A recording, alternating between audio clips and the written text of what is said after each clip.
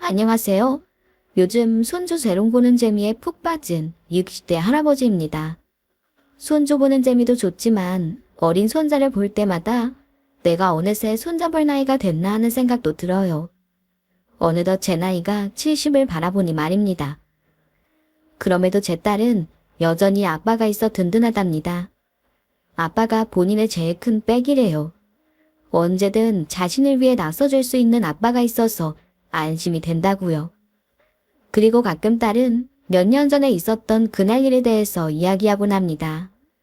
그날 아빠가 아니었다면 본인 인생이 어떻게 됐을지 모른다면서요. 그날 일은 제 인생은 물론이고 딸아이의 인생에 있어서도 잊을 수 없는 사건인데요. 제가 자주 듣는 이 썰맘 사양 채널에 그날 일을 공유해볼까 합니다. 우리 두 부녀의 삶에 일어난 일생일대의 사건이었던 만큼 흥미진진하게 들어주셨으면 합니다. 사실 저는 결혼하고 자식 키우며 철이 든 사람입니다. 그래서 어렸을 때부터 공부보다는 밭에서 노는 걸 더 좋아했어요. 거기다 동네에서 알아주는 힘 꽤나 쓰는 놈이었어요. 그래서 사고도 좀 쳤었고 부모님 속을 많이 썩인 사고뭉치였습니다. 그러다 고등학교 때 담임 선생님을 만나 조금씩 달라지게 되었어요. 선생님께서는 제가 힘이 센 걸 칭찬해 주시면서 그걸 싸우는 데 쓸 게 아니라 건강하게 써보라고 알려주셨죠. 담임 선생님의 권유로 그때부터 유도를 시작했습니다. 선생님 말씀대로 힘을 건강하게 쓰다 보니 문제아였던 제가 많이 달라졌어요. 유도 선수로 성공하고 싶다는 꿈도 생겼습니다. 그러나 제 꿈을 이룰 수는 없었습니다. 19살이 되던 해에 집안 형편이 어려워지면서 유도를 그만둘 수밖에 없었어요. 저는 유도 대신 공사장에 나가 돈을 벌었습니다. 그렇게 돈을 벌어 의대생인 형 뒷바라지를 했죠. 형 등록금을 벌기 위해 일을 하느라 제 청춘을 다 보냈어요. 그렇게 시간은 흘러 제 나이가 20대 중반이 넘었을 때였습니다. 그 시절에도 공사장에서 일을 하고 있었는데 현장에서 그만 사고를 당하고 말았습니다. 그래서 크게 다쳤었죠. 그래서 형이 근무하는 병원에 입원하게 됐어요. 그러다 그 병원에서 한 간호사를 만났습니다. 웃는 모습도 예쁘고 늘 환자에게 친절하게 대해주는 분이라서 저도 모르게 호감을 갖게 됐어요. 그녀도 저에게 먼저 다가와 안부를 묻거나 말을 거는 일이 많았습니다. 내 주변을 돌면서 호감을 표시하곤 했었죠. 그런데 그녀의 마음을 알면서도 쉽게 다가갈 수 없었습니다. 아무것도 없는 제가 간호사 선생님과는 어울리지 않는다고 생각했으니까요. 그 이유 때문에 제대로 마음을 표현해보지도 못하고 마음을 정리했었습니다. 그러다 제가 태어나는 날이 됐어요. 짐을 챙기고 있었는데 그녀가 다가왔습니다. 이창식 환자분 오늘 퇴원이시죠? 몸은 좀 많이 나아지셨어요? 네, 신경 써주신 덕분에 많이 나았습니다. 입원해 있는 동안 잘해주셔서 감사했어요. 아니에요. 제가 뭐 해드린 게 있나요? 잘 회복하셔서 그게 다행이죠. 아, 그리고 혹시 퇴원하시고 뭐 따로 약속 같은 거 있으세요? 아니요. 그냥 집에 바로 가려고 했는데 왜 그러세요?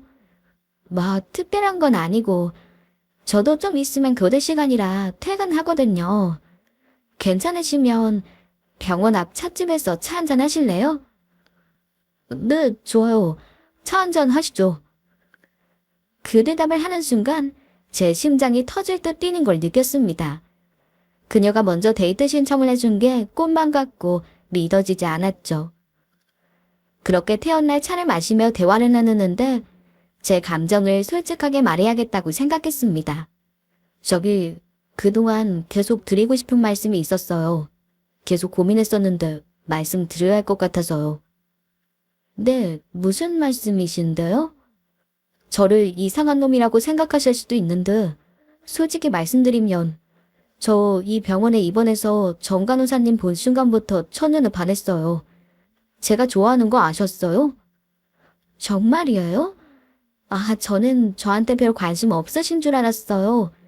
그래서 오늘 차 마시자고 말씀드린 것도 정말 용기 내서 이야기한 거거든요. 정 간호사님도 저한테 호감 있다는 거 느끼고 있었어요. 그래서 몇 번이나 다가가고 싶었는데 많이 망설였습니다. 왜요? 왜 망설이셨는데요? 저는 의사인 저희 형처럼 잘나지 못했어요. 어려서부터 공부를 잘하는 편도 아니었고 그냥 다른 친구들보다 덩치 좋고 힘센 거 말고는 자랑할 것도 없습니다. 저 그냥 공사장에서 일하는 놈이에요. 보잘것없는 저한테 정 간호사님 같은 분이 어울리지 않잖아요. 조건도 그렇고 모든 면에서요. 그래서 저와는 어울리지 않는 분 같아서 다가갈 수가 없었어요. 제가 가진 거 없는 놈이라는 거 알면 저한테 실망하실까봐 겁이 나기도 했고요. 제 말을 듣고 그녀는 수줍게 웃어 보였습니다. 왜 그런 걸 미리 걱정하시고 그러세요? 저는 조건이나 직업 같은 거 크게 중요하게 생각하지 않아요. 직업이 중요한 게 아니라 어떤 사람인지가 중요한 거잖아요. 그리고 저 예전부터 이 선생님께 동생 얘기 많이 들었어요. 동생이 뒷바라지에서 의대 졸업하셨다고. 그런 동생 세상에 없다고 얼마나 칭찬 많이 하셨는데요.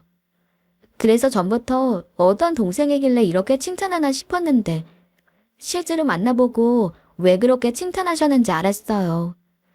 간호사들한테 친절하게 잘 대해주시고 성격도 우직하신 것 같고요. 그런 모습 보면서 저도 호감을 갖게 됐어요. 그러니까 직업 같은 걸로 부담 느끼지 않으셨으면 해요. 저도 창식 씨랑 같은 마음이니까요. 그녀의 고백을 듣고 뛸 듯이 기뻤습니다. 갑자기 세상을 다 가진 기분이었어요. 정말요? 그럼 저랑 정식으로 사귀어 주실래요? 제가 앞으로 정말 잘해드리겠습니다. 그녀는 고개를 끄덕였고 그날을 시작으로 우리 두 사람은 사귀게 되었습니다. 그녀와 만나며 태어나 처음으로 행복이라는 게 이런 거구나 라는 걸 알 수 있었어요. 그러다 우리 사이에 아이가 생겼습니다. 우리를 꼭 닮은 아이가 생겼다는 게 너무나도 신기했고 이제 나도 아빠가 되는 것 같아 감격스러웠죠. 하지만 감상에 젖어 있을 수만은 없었어요. 모아놓은 돈이 없으니 당장 결혼식은 어떻게 해야 할지 막막해지기 시작했습니다. 어떻게 해야 좋을지 막막해하고 있을 때 형이 저를 찾아왔습니다. 그러더니 형은 제 앞으로 통장 하나를 내밀었습니다. 본인이 의사로 일하며 모은 돈을 건넸어요. 형은 동생 덕에 의대 졸업한 빚 갚는 거라고 이제야 형 노릇하는 거니 거절하지 말고 받아달라 부탁했습니다. 형의 진심이 느껴져 저도 모르게 울컥했어요. 그렇게 형이 마련해준 돈 덕분에 그녀와 결혼해 가정을 이룰 수 있었네요. 이어 얼마 후 우리에게 귀한 딸이 생겼습니다. 제가 책임져야 할 아이까지 태어나니까 책임감이 더 막중해지더군요. 그 책임감에 일이라면 닥치는 대로 다 했습니다. 그러다 우연히 용달리를 시작하게 됐습니다. 아는 분이 소개해 주신 일인데 제가 힘이 좋으니 용달리를 잘할 것 같다고 하셨죠. 그렇게 시작한 일인데 생각보다 할만했어요. 같이 일하는 분들도 좋고 또 돈벌이도 괜찮아 용달리를 직업으로 삼게 되었습니다. 안정적인 직장이 생기고 우리 가족의 삶도 예전보다 나아질 수 있었어요. 딸아이도 잘 자라 우리 세 식구 걱정할 것 없는 삶을 살았습니다. 특히 딸 덕분에 더더욱 웃을 일이 많았는데요. 애교 많고 귀여운 딸은 미술적 재능이 뛰어났어요. 미술대회에 나가기만 하면 상을 받아 우리 부부의 자랑이 되어주었습니다. 아빠인 저는 미술의 문외한인데 내 딸은 어떻게 미술적 재능을 타고난 건지 아이를 볼 때마다 참 신기했죠. 그런 딸을 보면서 하나 결심한 게 있었습니다. 내 딸이 더욱더 재능을 인정받을 수 있도록 박박 밀어주기로요. 제 힘이 닿는 한 내 자식한테는 최선을 다해주고 싶었어요. 그러나 시간은 흘러 딸이 중학생이 되었습니다. 그 무렵 이상하게 집사람이 피곤하다는 말을 입에 달고 살았고 살도 눈에 띄게 빠지기 시작했어요. 처음에는 그냥 피곤해 살이 빠지는 건 줄 알았습니다. 하지만 안색도 안 좋고 오랜만에 집사람을 본 형이 몸이 안 좋아 보인다며 검진 받을 걸 권유하더군요. 형이 말을 듣는데 아차 싶었습니다. 그래서 얼른 병원 검진을 받게 했죠. 혹시라도 집사람이 큰 병이면 어쩌나 싶은 불안함도 있었는데요. 참 야속하게 슬픈 예감은 틀리지 않았어요. 아이 엄마는 간암 말기 판정을 받았습니다. 본인 상태를 알고 아내가 치료를 포기하려 했어요. 간암이란 병이 얼마나 무서운지 아니까 모든 의지를 상실한 것 같았습니다. 그렇게 시리에 빠져 있을 때 딸아이가 나섰습니다. 하루는 엄마를 향해 막 화를 내더군요. 엄마 계속 그렇게 병원도 안 다니고 치료도 안 받을 거야? 엄마 계속 이렇게만 있을 거야? 우리한테 말 대답 한 번 하지 않던 딸이 소리 지르는 걸 보고 깜짝 놀랐습니다. 아픈 엄마한테 화를 내는 딸을 두고 볼 수가 없었어요. 승현이 너 지금 엄마 앞에서 큰 소리 내는 거야? 엄마 아픈 거 몰라. 최대한 편히 쉬게 해줘야지. 엄마한테 그렇게 화를 내면 어떡해. 아빠도 똑같아. 아빠는 엄마가 저렇게 아픈데 그냥 집에만 있게 둘 거야? 뭘 해서든 엄마가 치료받게 해야지. 엄마 아프다고 그냥 집에 누워있게만 둘 거냐고. 그거야 어른들이 알아서 할 일이야. 엄마도 지금 힘들어서 그래. 지금은 엄마가 의욕이 없는 상태니까 우리가 이해해줘야지. 언제까지 이해해주는데. 그러다 우리 엄마 더 아프기라도 하면 그때는 어떡해. 의욕 없다고 누워만 있으면 안 되잖아. 병원 다니면서 치료를 받아야지. 큰아빠가 하는 말도 못 들었어? 치료 열심히 받고 나은 사람도 있다고 하잖아. 의사 선생님도 그렇게 말하는데 왜 미리 포기하냐고. 엄마가 나한테 항상 뭐라 그랬어. 나 어른 돼서 성공하고 좋은 남자 만나 결혼하는 것까지 다 본다 그랬잖아. 그러려면 어떻게든 치료받고 살아야지. 엄마가 포기해버리면 어떡해. 그럼 나랑 아빠는 어떻게 하냐고. 딸애가 막 울먹거리며 말하는 모습에 아내의 울음도 터지고 말았습니다. 아내는 자기가 미안하다면서 딸애를 꼭 안아줬어요. 승현아, 엄마가 미안해. 엄마가 아프단 말에 충격받아서 뭘 어떻게 해야 될지 몰랐나 봐. 그래서 우리 딸 속상하게 해서 정말 미안해. 이제부턴 엄마 치료 열심히 받을게. 꼭 다시 건강해져서 우리 승현이 유명한 미대 가서 성공하는 것도 보고 멋있는 남자 만나서 결혼하는 것도 다 보고 할게. 치료 열심히 받고 나을 테니까 우리 딸 울지 마. 엄마가 잘못했어. 아내와 딸은 서로를 부둥켜 안고 울었습니다. 저도 그 모습을 보니 저도 왈칵 눈물이 나오더군요. 저도 아내와 딸에게 다가가 두 사람을 감싸 안으면서 함께 울었습니다. 그리고 아내를 살리겠다 다짐했습니다.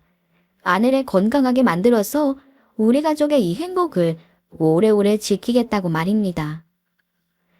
한바탕 울고 난 뒤 우리 가족은 똘똘 뭉쳤습니다.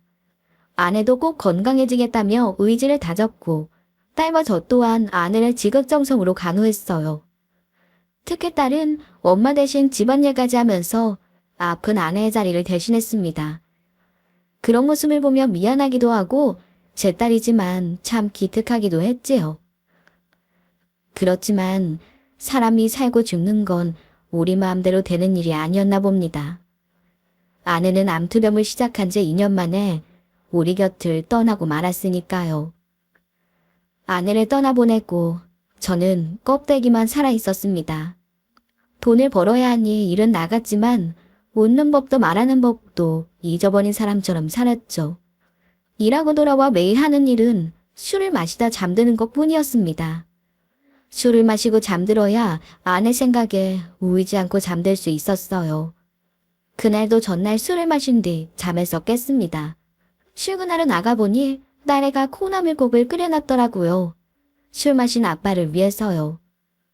뭘 이런 걸 다 차렸어. 너 학교 가기도 바쁠 텐데.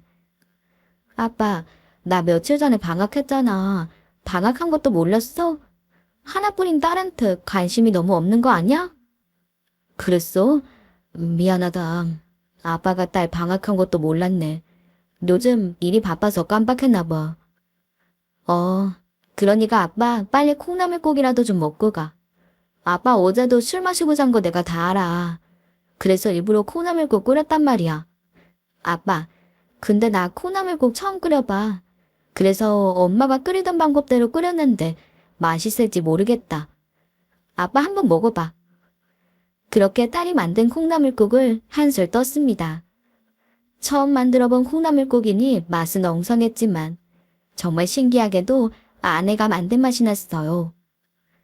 우리 딸 콩나물국도 끓일 줄 알고 다 컸네.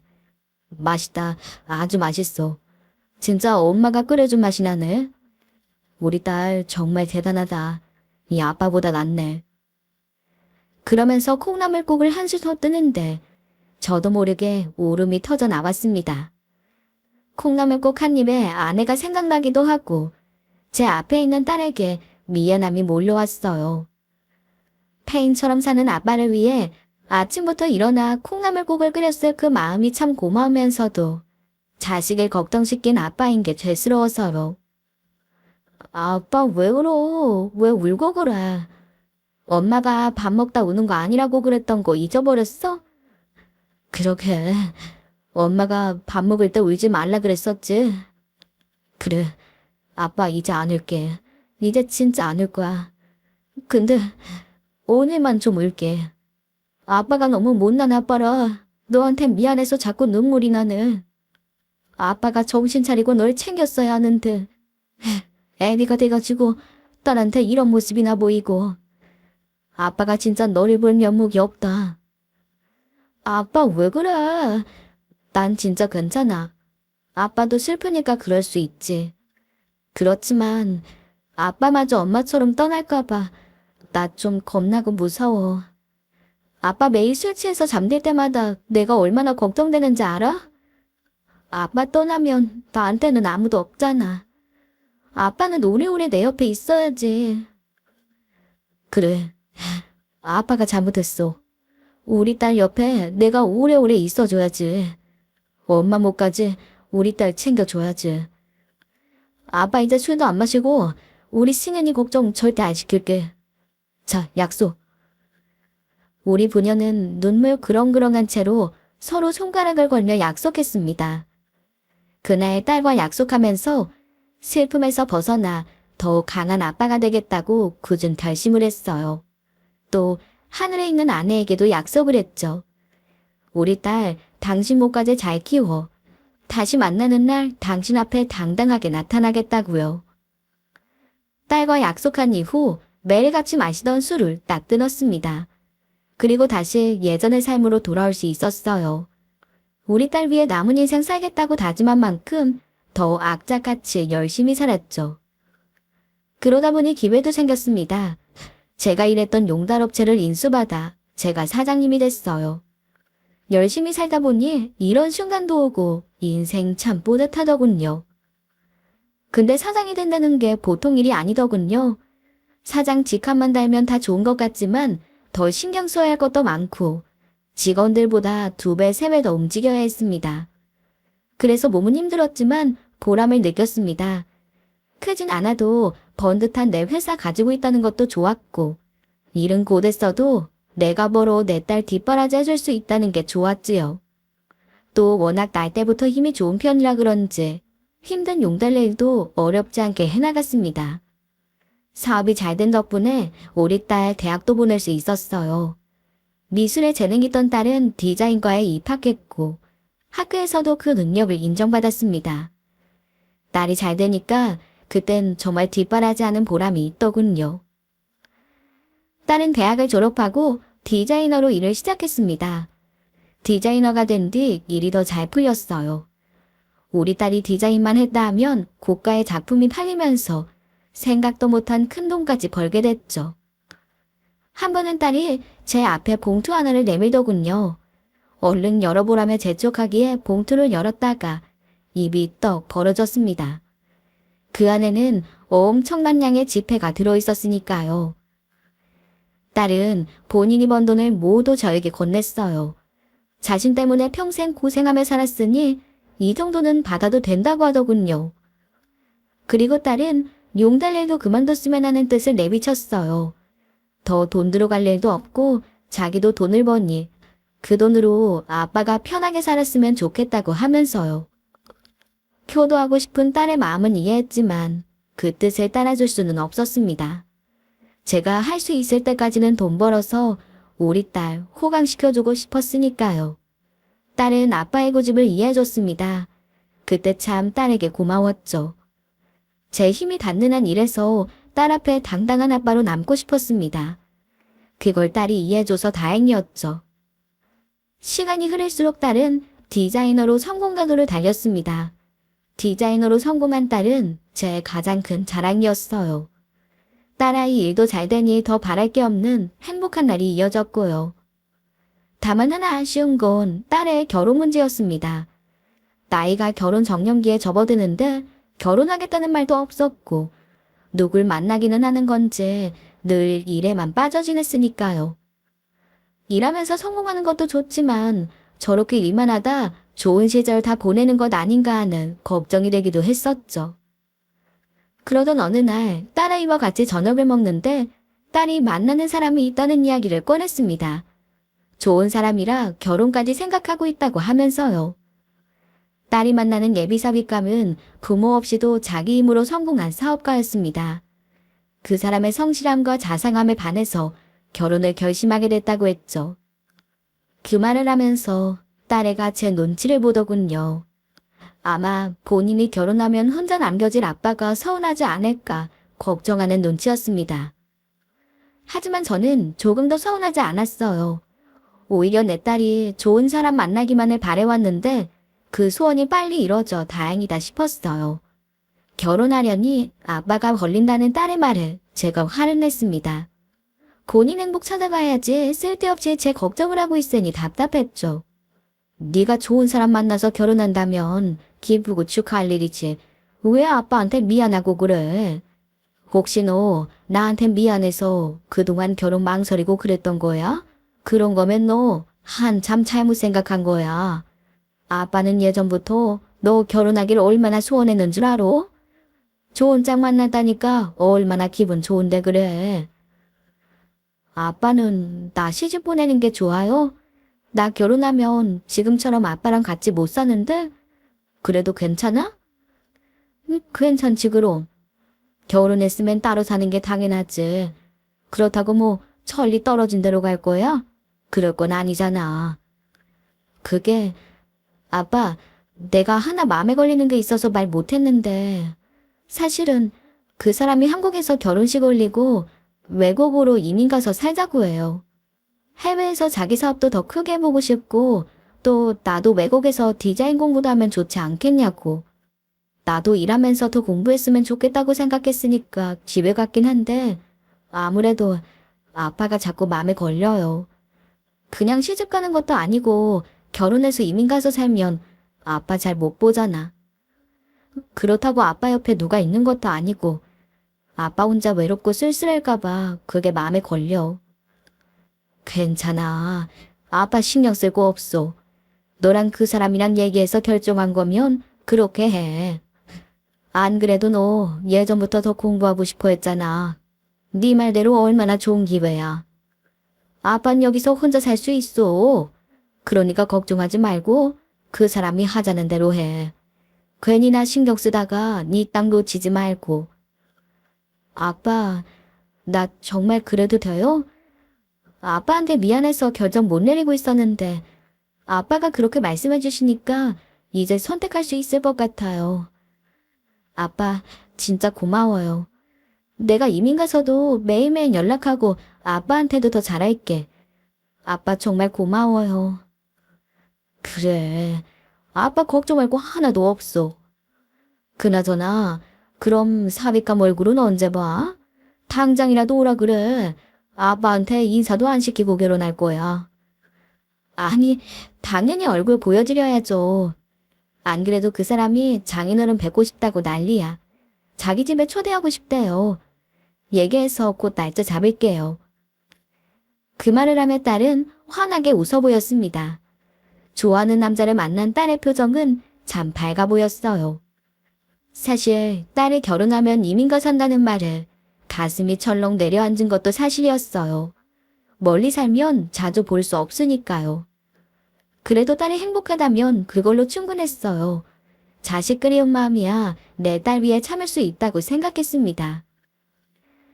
딸이 결혼 소식을 알리고 며칠 뒤 늦게까지 일을 하고 집에 들어가는데 우리 집 앞에 딸과 어떤 남자가 서 있는 게 보였습니다.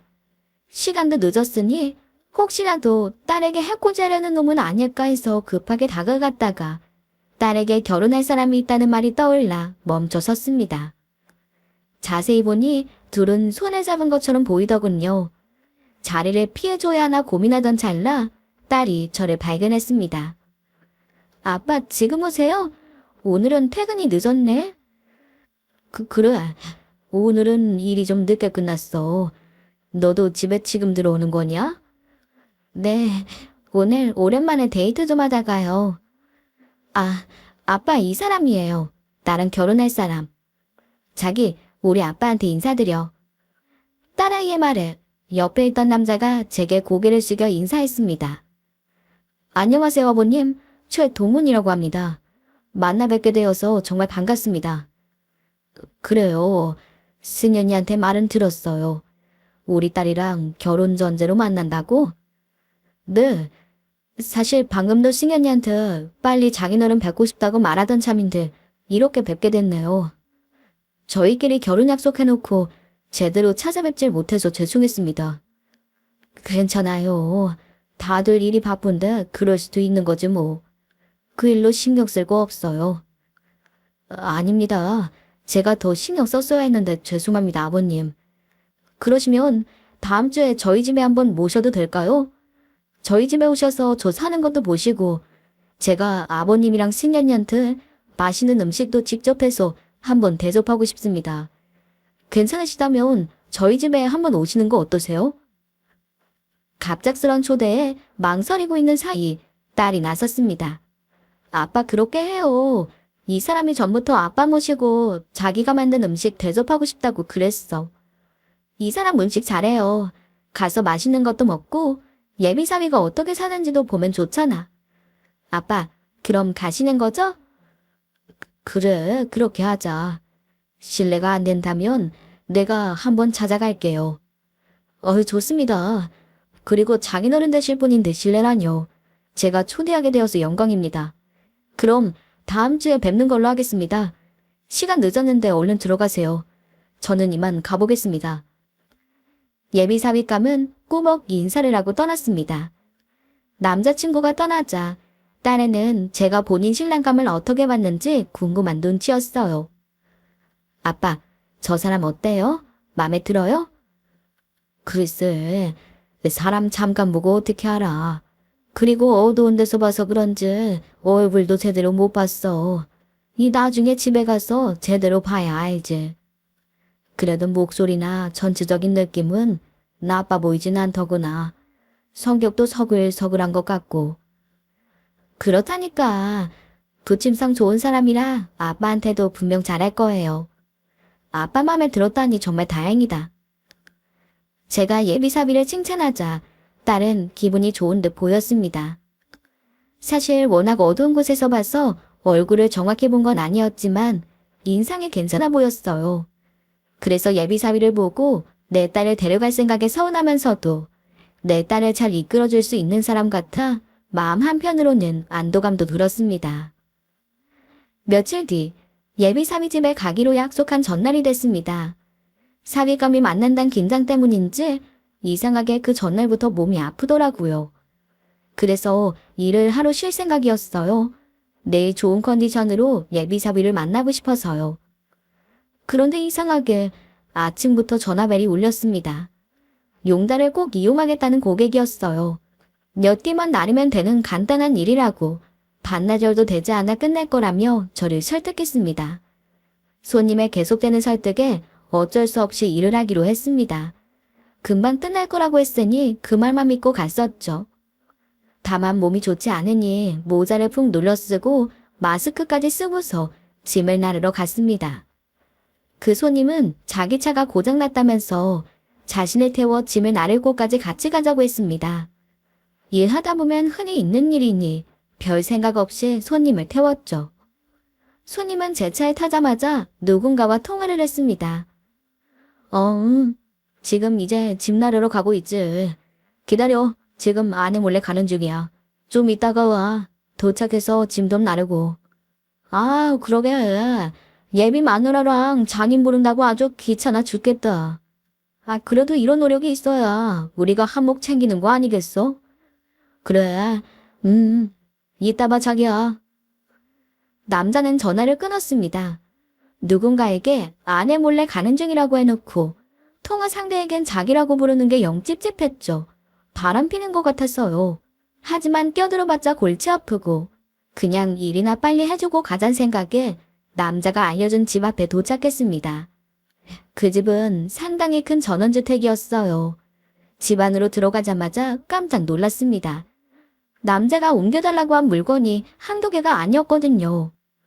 저기 손님, 이걸 오늘 안에 다 옮기시게요? 말씀하신 것보다 짐이 너무 많은데요. 그래서 지금 못 옮긴다는 거예요? 가전이나 가구가 있는 것도 아닌데 그냥 대충 좀 지하실로 옮겨놔요. 그것도 못 해줘요? 아니요. 그게 아니라 분명 저하고 아까 통화하실 때는 짐 몇 개라고 하셨잖아요. 와서 보니 생각보다 가짓수가 많은데요. 아무래도 금방 끝날 일이 아닌 것 같은데 왜 빨리 끝날 수 있다고 하셨어요? 사장님, 안 어울리는 짐만 창고에 옮겨주면 되는 일이잖아요. 뭐가 많다고 난리예요? 그리고 사장님이 질문할 시간에 얼른 움직이면 빨리 끝나겠네요. 안 그래요? 얼른 움직여주세요, 그럼.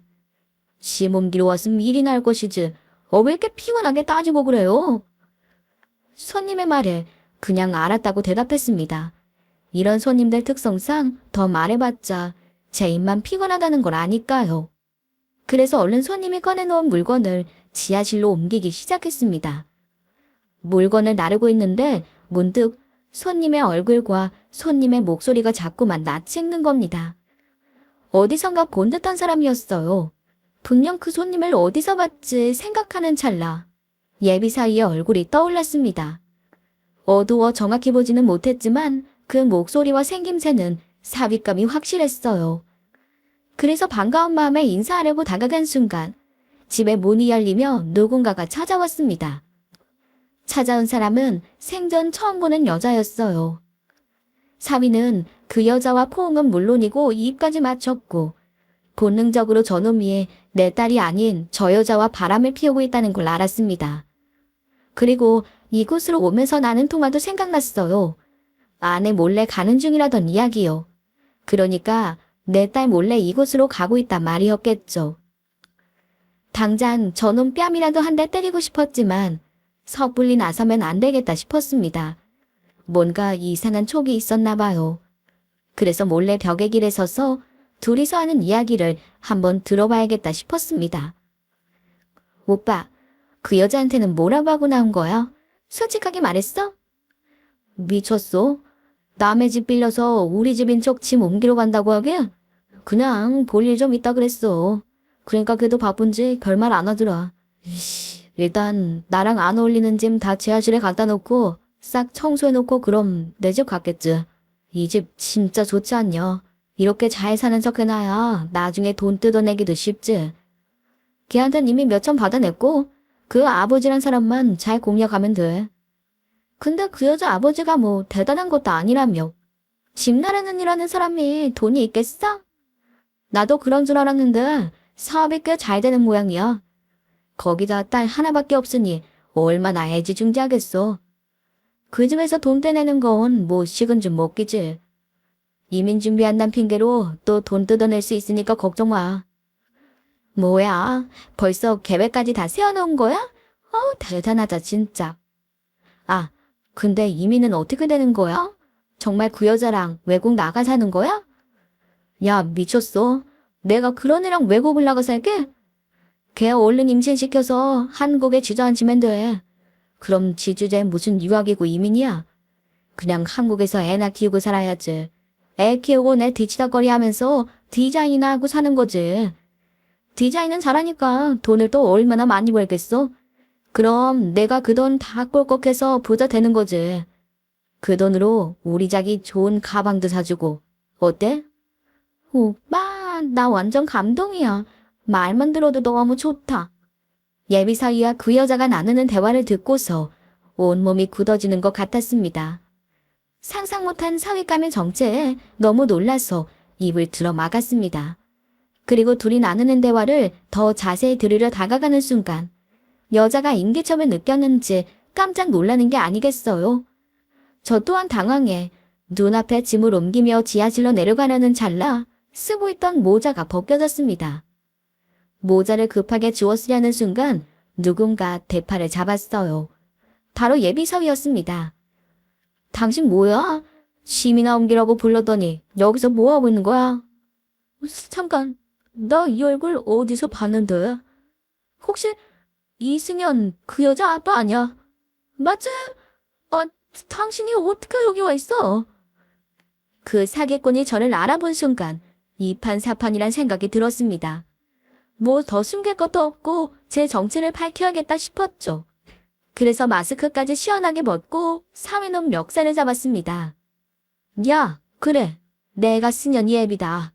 어쩐지 아까 차에서부터 통화하는 게 찝찝하다 했더니 나랑 내 딸 속이고 양다리를 걸쳐.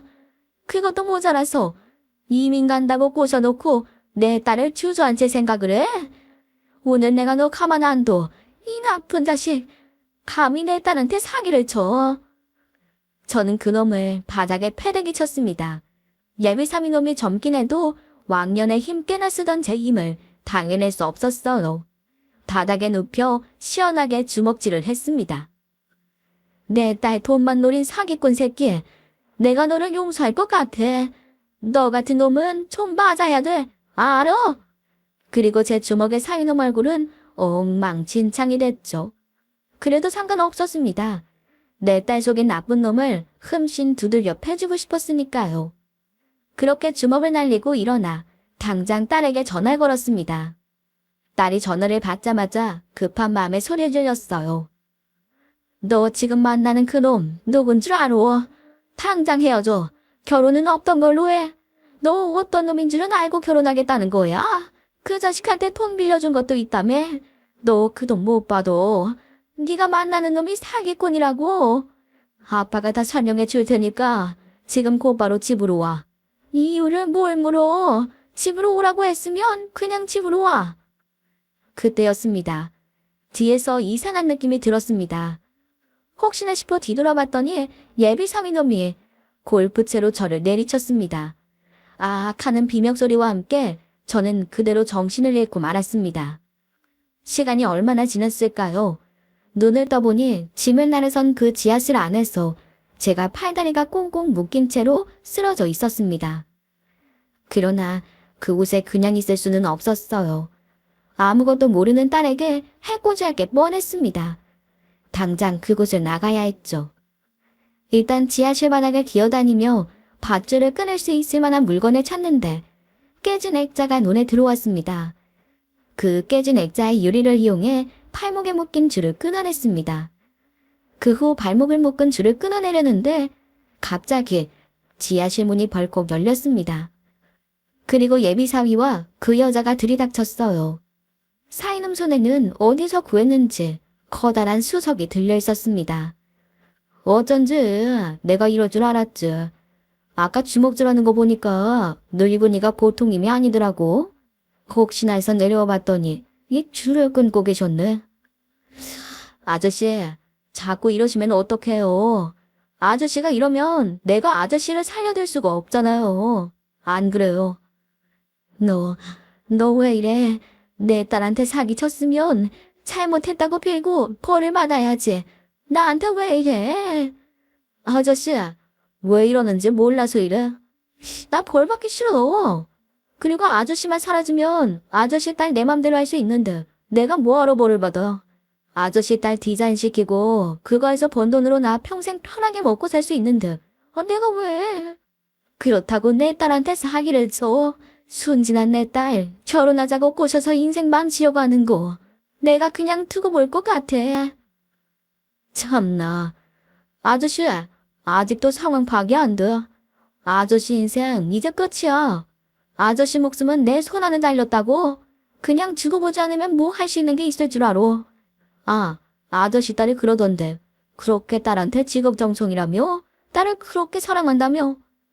근데 어쩌나. 그렇게 사랑하는 딸 때문에 나한테 잘못 걸려 죽게 생겼네. 그래, 어디 한번 마음대로 해봐. 대신 내 딸 건드리지 마. 내 딸 털끝 하나라도 건드리면 나 너 절대 용서 안 해. 아유, 딸 사랑 눈물 나네 진짜. 그래, 아저씨만 입 다물면 다 조용해. 내가 한 방에 편하게 보내드릴게. 예비사위가 제게 수석을 던지려는 그때였습니다. 갑자기 밖에서 사이렌 소리가 들려왔습니다. 이어 누군가가 이창식 씨 계시냐며 제 이름을 부르기 시작했습니다. 저는 죽을 힘을 다해 사람 있다며 소리쳤고 예비사위와 여자는 제 입을 막으려 할 때였어요. 경찰들과 제 딸이 지하실로 같이 들이닥쳤습니다. 딸은 하얗게 질린 얼굴로 저를 불렀습니다. 아빠, 아빠, 괜찮아요? 어디 다친 데 없어요? 진짜 괜찮은 거예요? 너 신년이, 네가 여기는 어떻게 온 거야? 내가 여기 있는 줄은 어떻게 알았어? 아빠 예전에 나 밤길 다니는 거 걱정된다고 위치 추적 어플 설치해뒀던 거 기억 안 나요? 그걸로 내가 아빠 위치 추적했어요. 아빠가 비명 지르면서 전화가 끊기는데 내가 얼마나 놀랐다고요. 무사해서 정말 다행이에요. 나 진짜 아빠 큰일 나는 줄 알고 얼마나 걱정했는데. 괜찮아. 아빠는 괜찮다. 근데 신년이 네가 알아야 할 게 있어. 그놈이 어떻인지. 알아요, 아빠. 안 그래도 나도 며칠 전부터 수상해서 저 사람에 대해 좀 알아보던 참이었어요. 그러다 오늘 그 사람이 운영한다던 회사가 페이퍼 컴퍼니인 걸 알았어. 그리고 정리하려던 찰나에 아빠한테 연락받은 거예요.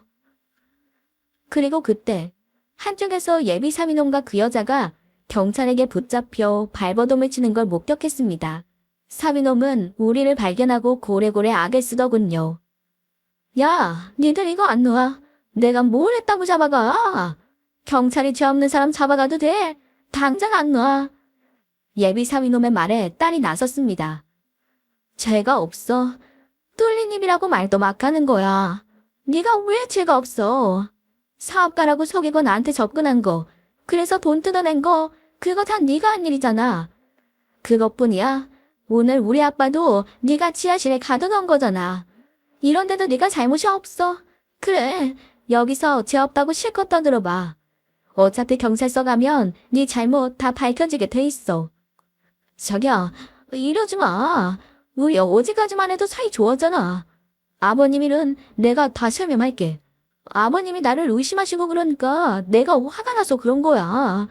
정말 어떻게 하려는 마음은 없었어. 내가 왜 장인어른을 다치게 해? 안 그래? 어디서 수작이야. 내가 네 정체를 평생 모를 줄 알았어? 너 일부러 나한테 접근한 거나 다 알아. 사업자금이라고 나한테 돈 뜯어가서 저 여자 준 거, 잘 나가는 사업가인 척한 거 나 다 알게 됐다고. 어설픈 변명하지 말고 감옥 가서 벌이나 제대로 받아. 알았어? 그래, 너 두고 보자. 내가 경찰서 갔다 오면 너희 부녀부터 가만 안 둬. 거짓말 같지? 두고 봐. 내가 니를 가만 안 둔다. 그놈은 경찰에게 끌려가는 와중에도 저희를 협박했습니다. 니들 때문에 감옥 간다고 가만두지 않을 거라 소리 지르며 경찰에게 끌려갔습니다. 현장에 남은 우리 부녀는 다시 한번 서로의 안전을 확인했습니다. 딸은 그제야 긴장이 풀렸는지 제 앞에서 눈물을 보였습니다. 아빠, 진짜 괜찮은 거 맞죠? 미안해요. 내가 저딴 놈만 안 만났어도 아빠가 이런 고생할 일 없었을 텐데. 내가 괜히 저런 인간을 만나서 아빠만 고생시키고 너무 죄송해요. 괜찮어. 아빠는 너만 별일 없으면 다 괜찮다. 네가 알고 그런 것도 아니고 저렇게 작정하고 속이는 놈을 무슨 수로 당해. 저 덩체가 저럴 줄 어디 상상이나 했겠소? 이제라도 저 자식 정체를 알아서 다행이지. 혹시라도 결혼하고 알았으면, 아휴, 생각만 해도 아찔하다. 자꾸 울지 마. 다 해결됐으니까 된 거야. 자책할 거 없어. 너랑 나 무사한 걸로 충분해. 아빤 정말 괜찮어. 서로가 무사함을 확인하고 끔찍한 순간을 이겨냈다는 생각에 긴장이 풀렸는지 눈물이 나더군요. 그렇게 우리 부녀는 서로를 부둥켜 안았습니다. 그렇게 경찰서에 끌려간 그 사기꾼 놈은 사기는 물론이고 지하실에 저를 감금하고 돌로 내려칠 뻔한 죄까지 받아 지금도 교도소에서 썩고 있습니다. 딸은 가끔 그때 일을 말하며 아빠가 있었기에 그 일을 견딜 수 있었다고 한답니다. 그 말을 들을 때마다 내 딸에게 조금이라도 힘이 될 수 있어 다행이다 싶지요. 그 일이 있고 꽤 오랜 시간이 흘렀습니다. 우리 딸은 그 사이 정말 좋은 사람을 만나 가정을 이루고 아이를 낳고 살고 있고요. 딸 나이가 40줄을 바라보지만 제 딸은 제게 가장 소중한 존재예요. 나이든 애비지만 앞으로도 제 딸을 위해 해줄 수 있는 건 뭐든 다 해두고 싶습니다. 부정 넘치는 제 사회는 여기서 마무리할까 합니다. 끝까지 들어주셔서 감사드리고 모두들 건강하시길 바라겠습니다.